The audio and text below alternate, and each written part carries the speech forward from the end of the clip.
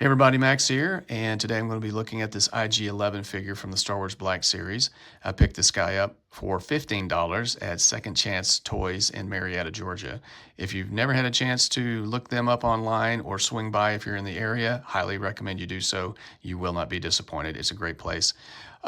Decided to get this guy because I didn't want to spend 50 bucks on the IG-88 figure, and they're essentially the same mold and come with essentially the same weapons. There's a different bandolier on this one, but I'll probably take that off.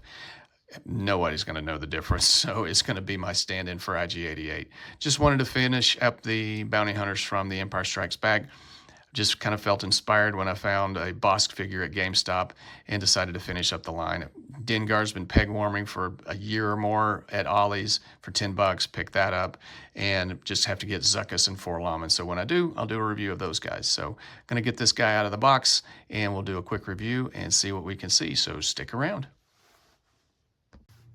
Okay, so I've got him out of the box and been kind of toying around with him a little bit, and oh boy, wow, I'm a little disappointed in this one. It looks good. I think they captured the look. I mean, he's obviously very spindly, but that's the thing, that's the character. He's long and thin, he's very tall. He's very cool. I mean, you can tell there's a lot of good paint, a lot of good coloring in there. They've got a lot of detail, but the plastic is so soft in places that I'm like, why did they do that? I mean, if it was a thinner character, wouldn't you need sturdier plastic so that it doesn't, I guess, break too easily, so it holds up, so that you can pose it better, a little more structural integrity. Maybe they went with a softer plastic because of that, maybe to go in the opposite direction where it's more flexible so that it doesn't snap, it's not brittle, so there's a little more give to it. I don't know which one's better, but I'd be willing to take the tougher plastic, because my main complaint is the knee joints. Now, initially, I thought that this guy was just going to be straight-legged. I didn't think he'd have any joints whatsoever. So you can probably tell he's a little bow-legged, like the knees kind of come in a little bit. I put him on a G.I. Joe stand just so I could talk and not have him fall over constantly. But yeah, this could be better. This could definitely be better. I'm definitely glad I didn't pay $50 for an IG-88 figure when this is the exact same mold. So, well, let's just kind of talk about the look of it. Now, like I said, the look is good. I like it. Everything. Sorry, there we go. Come on now, let's focus. Okay, there we go. Just standing there, he looks like IG-88 or IG-11, but detail, head rotates. There's some red paint in the camera lenses.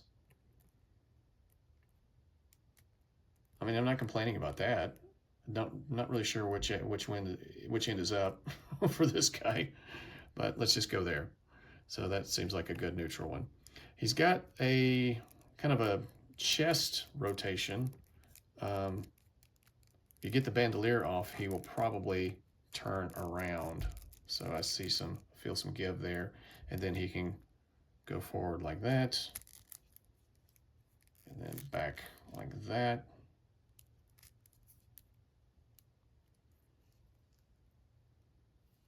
But yeah, you can tell the legs are just, ooh, particularly the knees.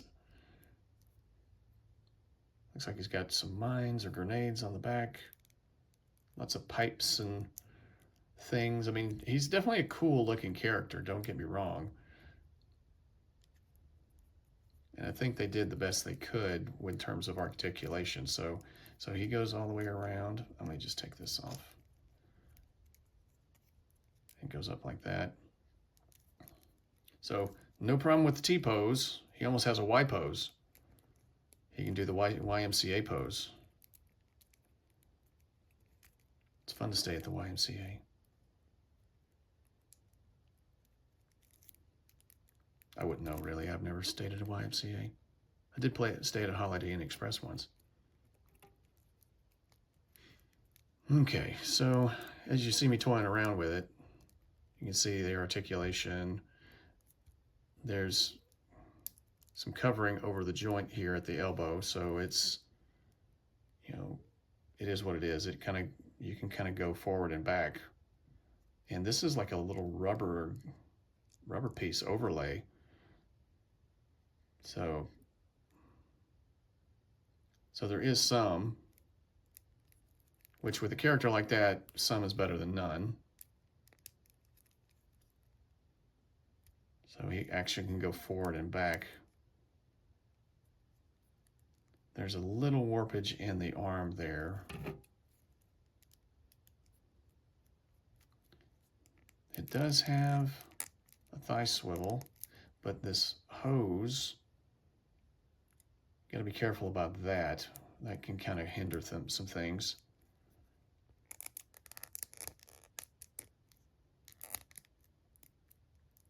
And then we get, so he can go all the way up there.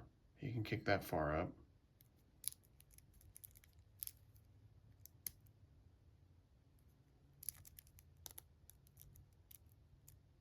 But then you have these knees and this hose here, gosh. So it's a double jointed, and it looks like there's one pin on the lower part of the joint. You have to get this hose out of the way a bit. And oh yeah, he can go far. He can go back that far.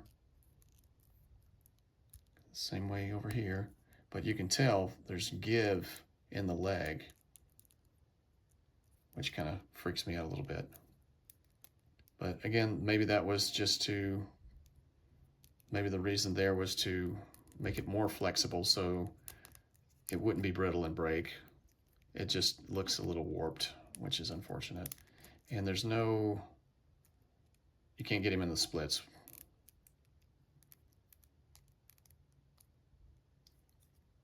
No, actually there's a ankle.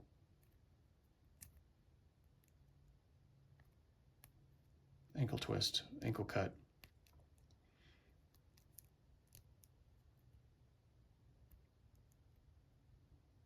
And like I said, the paint looks really good. It's like you can see just tarnishing, rusting. So that's solid. I mean, I like the coloring and everything else. It's, when it just stands there, it looks good, but you can just tell the leg just kind of curves in a little bit. So yeah, $15. I'm glad I didn't spend $50.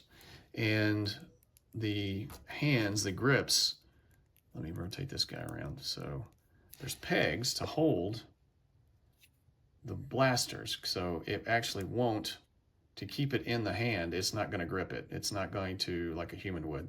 So you have to put it into this, there's a hole in the bottom of the blaster. Now the blaster, is flexible but not flimsy and lots of detail. So I do like this particular rifle. This blaster rifle is really cool. And it'd be kind of cool to put that, I might use that with a classified figure or a Cobra figure. That might be pretty cool. Same way with this one over here, the kind of your typical Stormtrooper blaster. So that's the hand, the grips, and then there's the peg hole right there. But this one also has a lot of detail to it, so can't fault them for that. So yeah, but those legs, and he's just, he won't stand up on his own, not very well anyway. So a stand is the way it's going to be, and he will be my IG-88, the more affordable IG-88 figure. So, all right. So that's it for Mr. IG-88 or 11. But to me, he's going to be 88. Okay. Sorry for the problems with the focus, guys. But I hope you like it. Got him for $15. I honestly think he's probably worth less than that just because of the legs alone. 15 bucks. You know, it is what it is. I wanted to finish out my bounty hunter collection, and I wish the legs would be better, but I'm okay with the arms and everything else, the colors, the detail. It's solid. I mean, it's solid in the sense that it looks good. It's not solid because it's such a spindly looking character. So there's really no way around that. But for the most part, it is what it is. I'm fine with it. I'm glad I didn't spend a lot of money on it. Hope you don't either. But if you want it, you want to finish out your bounty hunter collection, this is a good option if you don't want to spend the $50 on the original IG-88, which is essentially the same mold from what I can tell. And I would be curious though, if you do have the original IG-88, did you have the same problems with the knees? So let me know in the comments. I'm curious to find out if they changed the plastic formula when they made this particular character. So let me know in the comments section, and feel free to like, share, subscribe, and happy to chat with you, and I will talk at you later. Oh, and one last thing, guys. I forgot to give this guy a rating, so I'm going to give this guy a warp factor of 5. He's definitely middle of the road. Not the worst, but definitely not the best. So warp factor of 5. I think that's a fair one. All right, talk at you later.